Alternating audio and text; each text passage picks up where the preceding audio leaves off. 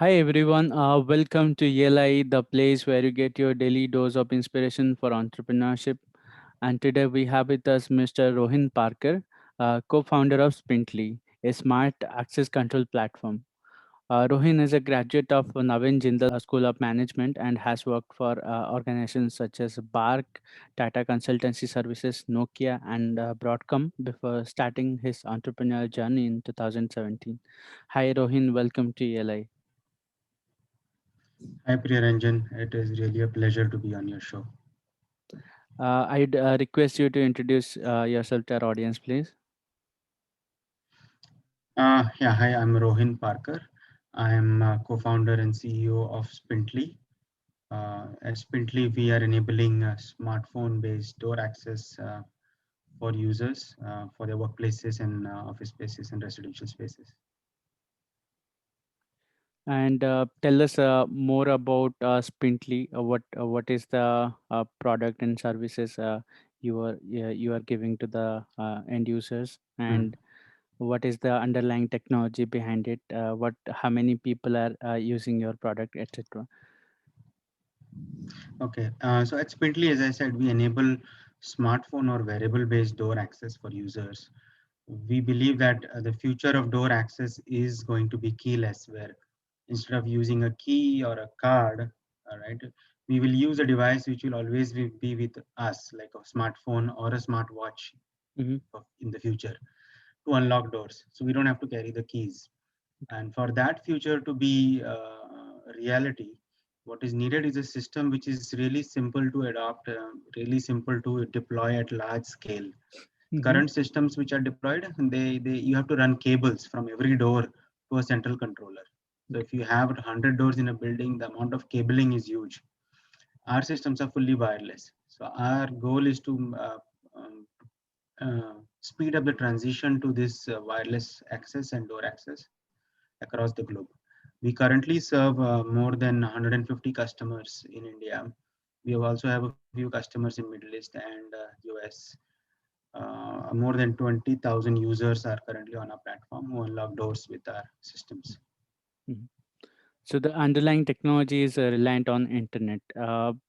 Just curious, how does it work without internet? So the system doesn't work with internet. It uses a technology called BLE mesh technology, which is Bluetooth Low Energy mesh technology, which allows our devices to talk to each other in a building over a mesh network. Mm-hmm. And a phone communicates with the devices over Bluetooth. So for unlocking the doors, we really don't need internet. Internet is only needed when you want to enable somebody's access for a particular door. Mm-hmm. Okay. Um, Now tell us about the journey to build such a wonderful product.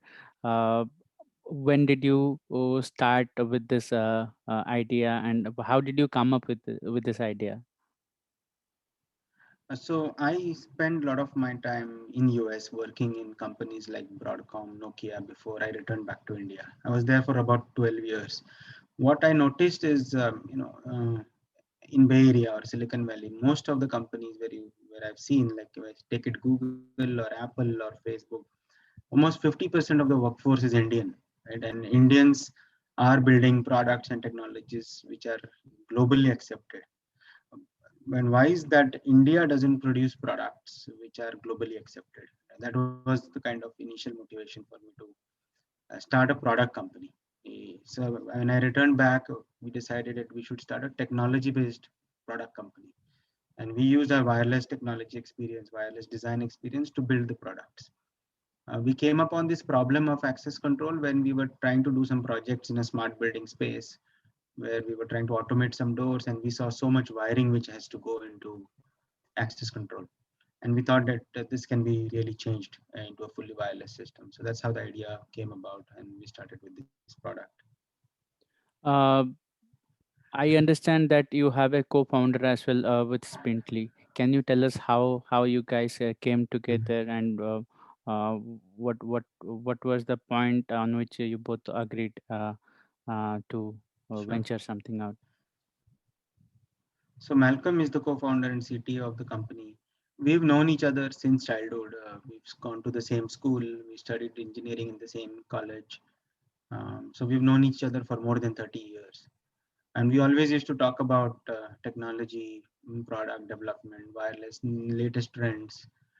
And when I decided that I want to quit my US job, come back to India, I I, I asked him, why not start something, right? And because we are from same background, we easily kind of was able to convince him that let's start a product company, and that's how it happened. And then his skill sets were slightly different from my skill set, so that really helped us kind of build a complete company, software and hardware combination. Okay. I also understand that you co-founded another company before Sprintly, and can you tell us what was it about and how these two entities are interlinked? So we started the first company, Ring Technologies. I mean, that is still the company which actually owns the Sprintly as a product. But we started with a broad scope of doing a lot of IoT related activity. And over a course of period, we realized that we need to really focus on a particular product.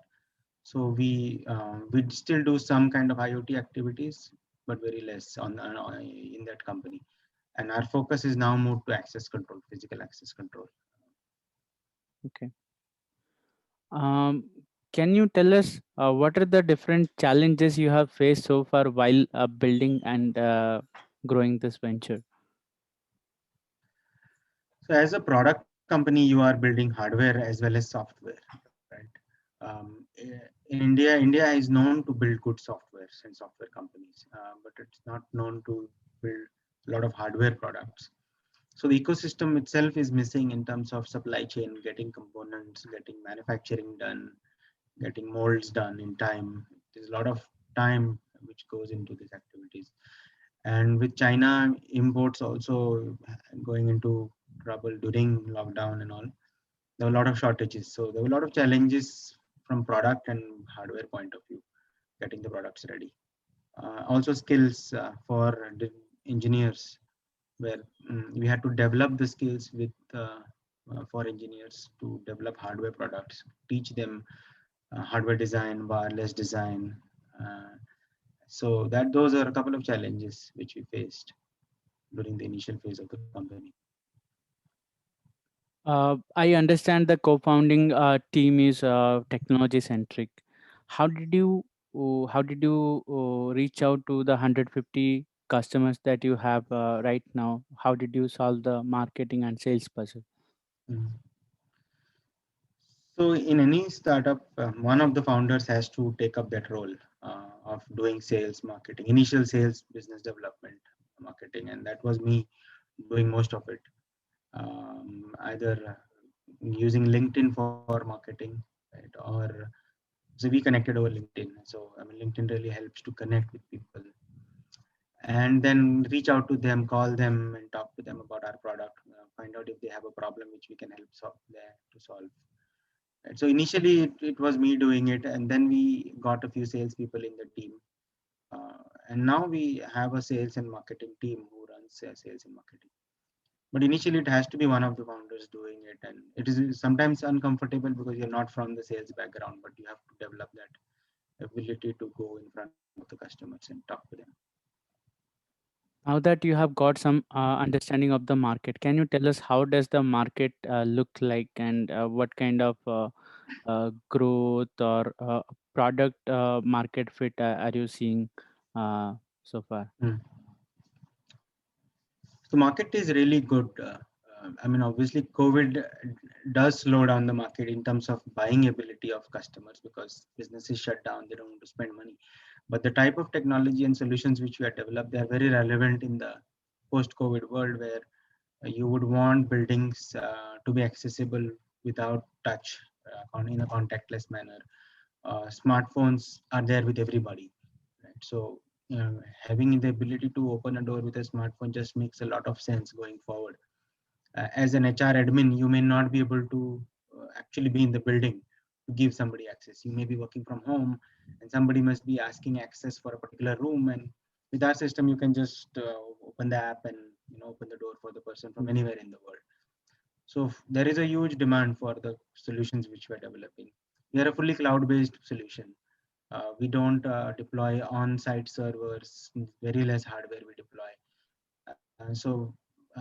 In the world where people don't want to invest into infrastructure, ours is the best solution available in the market. So we see that there is a great product market fit, and we have seen a huge demand going up in the market for us. Okay. What is the vision you have as a company for the next 5 to 10 years? So our vision is to eliminate the clutter of cables and wires which goes into building infrastructure. When any building gets constructed, one of the things which have to be deployed is a lot of communication cables for building automation. Say you're putting fire alarm system, you're putting smoke detectors, you're putting access control devices, all right, and you're putting temperature sensors for air conditioners, a lot of stuff, and everything has to, you need to pull cables. That's a huge activity in itself. Our goal is to eliminate that cabling and use more and more wireless technologies to enable these solutions.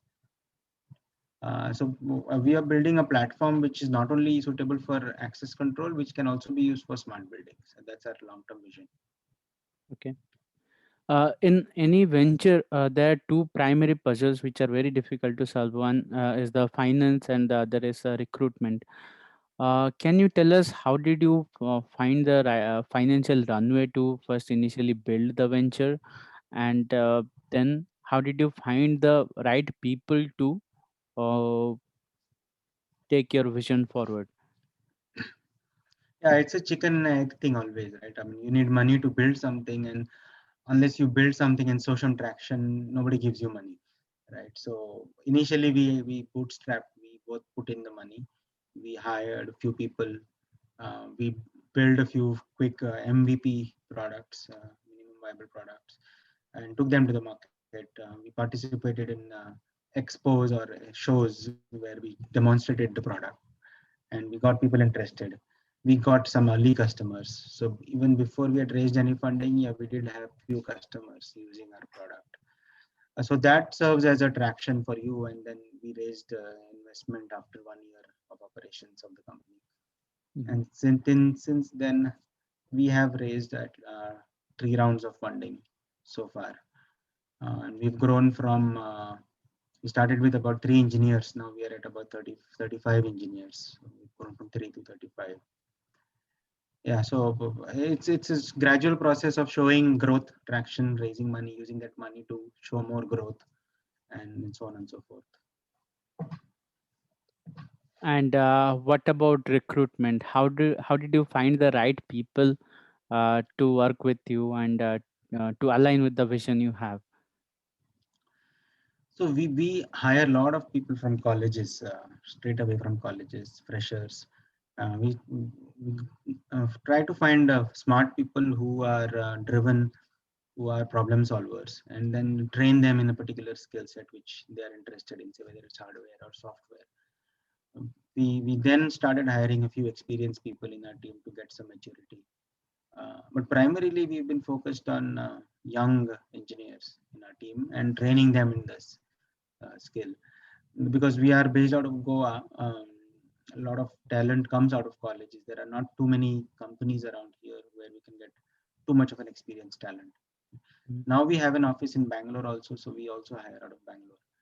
But our interview process is very strong in terms of testing the candidates for problem solving and logical reasoning kind of problems. Okay. Let's say there are three candidates, and skill set wise, they're all equally good. How would you decide which candidate is right for you from a culture Mm. standpoint, or from intangible aspect standpoint? Yeah, so within a day, it's very difficult to judge a candidate or a person. So if you just do a 1 day interview, you will probably may go wrong. So at least with new engineers, we kind of give them an internship period of about a week or two at least, and make them work actually in our company. So that's where we give them some small assignments and see how they cope up with those assignments, how they talk to other people around them, are they able to collaborate with the team, because that is very important, right? And what is their attitude when you throw a problem at them? Do they take it with a challenge, or how do they deal with it, right? So those are all the attributes which we look at. I think ability wise people may have the same kind of knowledge, but attitude wise they may not have the same attitude to take up a problem. So sometimes it's mix of everything which makes you feel that this person is the right person for the company, right? Did you pivot your business model somewhere along the way? Yes, I mean multiple times we did business model as well as the product itself. Right? As Tell I us about told it. you, we wanted to become a more of a wide IoT company where we do lots of products in the IoT space, whether it's smart lighting, smart homes. Access control was a small part of it. But what we realized is, as a startup, you need to really focus on a business, narrow market and narrow product, right? Mhm. And that's where access control really became the focus. So from being a smart home or an IoT company, we became an access control company. That was one of the largest pivots we did, to Mhm. the point where we have stock of products which are smart lights and things like that still lying in our office, which we were planning to sell to the customers. Other things were software wise. We uh, Instead of a product company, we became a platform company where we are able to give our technology to other software companies to use. That was another pivot we did. So we give APIs and mobile SDKs to other software companies, so they can build their own applications now using our technology. That was another pivot we did. Okay. Now, let's talk about the personal side of an entrepreneur. Uh, First of all, as an entrepreneur, you have to be very consistent and energetic throughout the journey. But Mm. we are all human beings, so there will be times when we feel tired or restless, or we lose focus. How do you deal with such situations being an entrepreneur? Yeah, that's always a challenge, and one of the key things in that there is having people around you, right? One of the things is having a co-founder. First step becomes, can you get a co-founder who who can believe in what you are trying to do, right? And if that person believes in what we are trying to do collectively, then whenever you have a question or whenever you are in doubt, you can always speak to the co-founder, right? And then you can then brainstorm and come out strong of the situation, because you're not alone. Because founders, if they're alone, they tend to get lonely and they think that what they're working on is not good enough, right? Somebody needs to give them the reinforcement. Our wives also, like my wife also is part of the company, and Mhm. she runs the software product management. So that also helps, because we tend to talk about whenever there is a problem, we tend to discuss and talk. So I think having a team around you, a core team which is aligned with the vision, is very important. Okay. Can you give us one instance where you have witnessed compounding effect as an entrepreneur? Compounding effect in terms of business or effort or any specific area. Anything, it can be anything. Um, I think uh, compounding effect in terms of business, I would say the type of customer when you acquire. Say if you acquire, I talked about a pivot we did where we are able to give our technology to other software companies, right? Mm-hmm. Now with that model, when we acquired our first customer with that model, we we got like almost 10,000 users on our platform, right? Because that company had users on their platform Mm-hmm. already. So we found that that particular business model can have a compounding effect. So even if we spend say 3 or 4 months to acquire such a customer, it is really worth it for us. So that's where I saw the compounding effect, because we're trying so hard to build a user base, and we were getting, say 1,000 users or 500 users from every customer here and there. But this particular customer just gave us like 10,000 users just in few days. But to close the customer, it took about 4 or 5 months. So that kind of prompted us to change the business model itself. And we see that compounding effect of now acquiring one software integration customer gives us huge amount of users. Can you tell us about one tough decision that you have made in life where both sides of the decision could have gone equally good or equally bad? I think pertaining to this, I think I can talk about two. One is, say, moving from US to India in 2017, right?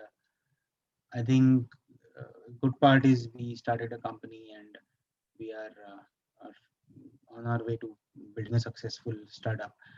Uh, but on the other side of it, I was in Bay Area. I was in Silicon Valley. I If I had not come back, probably I could have started the same company in Silicon Valley, and the results could have been way different than what we are doing here in India. That is one thing. Second is when we pivoted from a smart home company to access control. We could have pivoted other way around also. Could have pivoted to being a purely smart home, smart lighting company, and not done access control. Right? Both were both options were there. And I think in general in life, I think there is no one right or wrong thing. I think it really depends on how passionate you are about what decision you make. Right? You can make any decision work for you actually, Mhm. if you believe that this is the right decision. Right? Even in life, like I've made job changes where I think that sometimes I would have taken that job, maybe my life would have been different. But now I think that if you just work passionately with whatever decision you make, you can make it work for you. Right? So I believe that there is no one right thing or wrong thing in terms of decision making. Whatever you decide, you need to make sure that you own that decision and then make the best out of it. Okay. Speaking of decisions, some decisions end up being a failure for you. Can you tell us about some of the failures that you have gone through as an entrepreneur? Yeah, I think a lot of failures. As an entrepreneur, you go through a lot of failures in choosing the approach for the product, or features for the product, or wasting time on unnecessary features for the product, not talking to the customers initially and building a product. Like so many failures. Right? You realize that after you go through that journey. But unfortunately, there is no other way. I mean, you have to fail and recover from it. How fast you recover from it is becoming uh, if you few examples of failures. I think we got into a lot of things before early on in the business. We we got into smart street lighting, for example, right? And we even deployed some smart street lights on some in some projects, and Mhm. the amount of time we spent was quite a lot. Right? We could have not spent that time by initially only focusing on what we wanted to do. But hindsight, you can always say that that was a mistake, right? I mean, but when you are in that situation, you think that that is the best thing to do. Uh, so I would say it's very important to recover from failures and get yourself together and then focus on what you want to do. Okay. What did you say is the meaning of entrepreneurship to you? How would you define entrepreneurship? So in my opinion, entrepreneurship is is a journey towards achieving a bigger dream, right? Which is not it's not a material dream. Like, okay, I want to build a company or I want to build a product. Usually, it's not that way. Usually, it's a vision for you, people, not just you, but people around you, right? It could be that I want to make a difference in this in the area or in the state I live in, or in the country I live in, by building an enterprise, which is say a global enterprise. Because once you build a company, you become depending on how successful you are, you you become a figure where people listen to you, people follow you, right? And then there is a lot of power in what you can do as a person. You can make a change in the society, right? You can uh, do a lot of things. So I think that vision is there in the back of the mind of every entrepreneur, right? Of what they want to do once they've achieved certain level of success. And I think that is the real essence of entrepreneurship. Okay. Since you have stayed a good amount of time in US and you have seen a good amount of entrepreneurs in, especially in Bay Area, what did you say that that is different in Indian entrepreneurs from what you have seen in other areas of the world? I think as far as entrepreneurs are concerned, mm, in India, the ecosystem is such that it it it fosters certain types of entrepreneurs, like the investor community, and so it's more software driven or software centric or fintech. There's certain segments which are really favorite for investors, and those entrepreneurs get more support.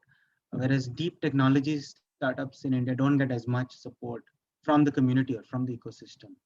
So they Mhm. are sometimes forced to go out and raise money, or because these are the areas which take a longer time to gestate and produce any result, because it's deep technology, right? Basic research or basic technology. Mhm. And that's the difference I see, where a lot of investment goes into deep technology, basic research in the Western world, which is focused on changing a fundamental thing in science, for example. uh, I think that is the basic difference which I see. In Bay Area, people you'll see different types of startups, but there is a breed of startups which is only focused on very deep science and technology. Right? And they tend to get a good amount of funding in US, and Mhm. investors are able to understand why they are doing what they are doing. Okay, interesting. Now, coming to the final question, tell us about the learnings you have got as an entrepreneur, which can be taken away by our listeners, and they don't have to go through the same learning again, which you have got. Yeah. It I hope that it would be that easy where somebody just listens to the learnings and just follows it. Usually it doesn't happen. Usually most entrepreneurs have to go through their own journey and learn by themselves, because every product, every business is different. True. But in general, I would say there are certain learnings which are universal. Is when you come up with an idea or a product, first thing you need to do is talk to the customer. Uh, don't delay talking to customers. Get the feedback early on from the customers, because they will tell you whether you are on the right path or not. No, so many founders, they feel that if I talk to the customer, somebody will come to know my idea, what it is, and then somebody will steal my idea. And those are the weird thoughts founders have, which are completely not correct. You need to expose your ideas to your network, to your people. Nobody steals ideas and builds the companies. Finally, the company is all about execution. Like almost 95% of it is execution, not the idea itself. So I think that is one learning everybody should blindly follow, that talk to customers, show your product or whatever you're doing very early to the customers, and start learning from that experience. Other one is um, read a lot of books about startups. Like these learnings, whatever I am telling, are there in books. There are certain books which you can refer to, called Startup J Curve, Lean Startup, or Nail It Then Scale It. There are a few books which actually outline the steps you can follow. And if you follow these steps, you will improve the odds of your success for your startup. Okay. I must say it was a great pleasure to listen to you. Thanks for your time, Rohin, and we are really honored to host you at ELI. I'd say my best wishes for Sprintly. Thanks a lot. Thanks, Ranjan. It was a pleasure talking to you.